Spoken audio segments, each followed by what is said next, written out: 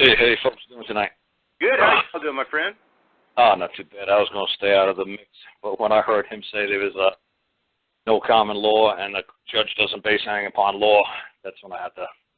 You had to chime in. Now, this guy, I'll tell you right now, Ron, this fella here is very, very sharp, very brilliant, and you're going to find that with 99.9% of my listeners and guests. They're cream of the crop. These are the top people that are doing something. They're not just the listeners, but these are the motivators.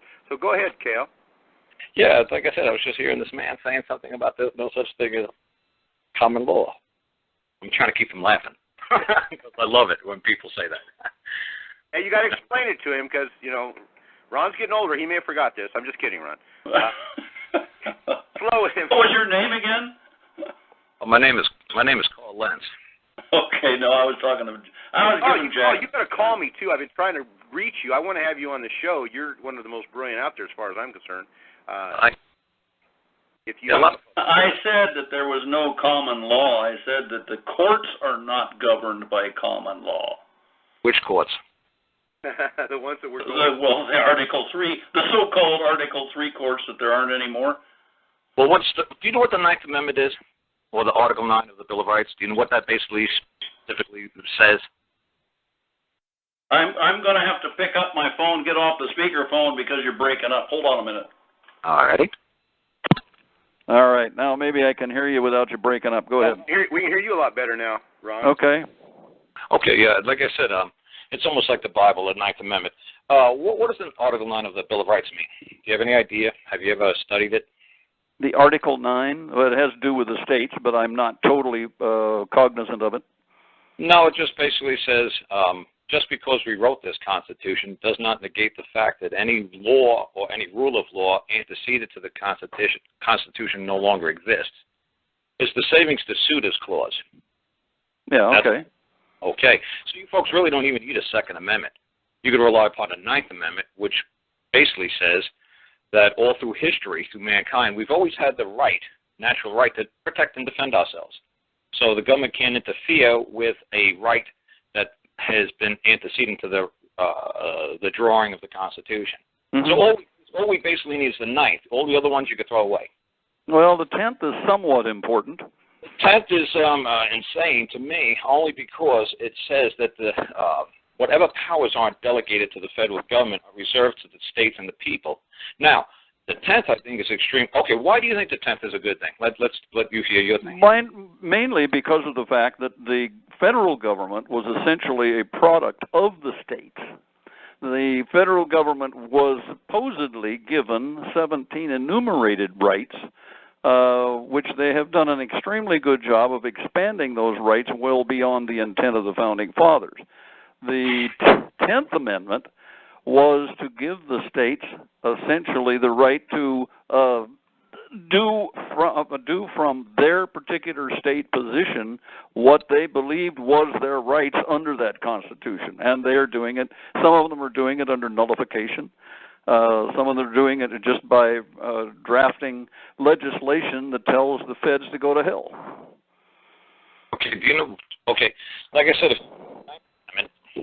the Ninth Amendment secures and protects all of man's rights that could have predated the Constitution, basically saying anything that's written down or not written down, if man is the custom of the people, it still stands true.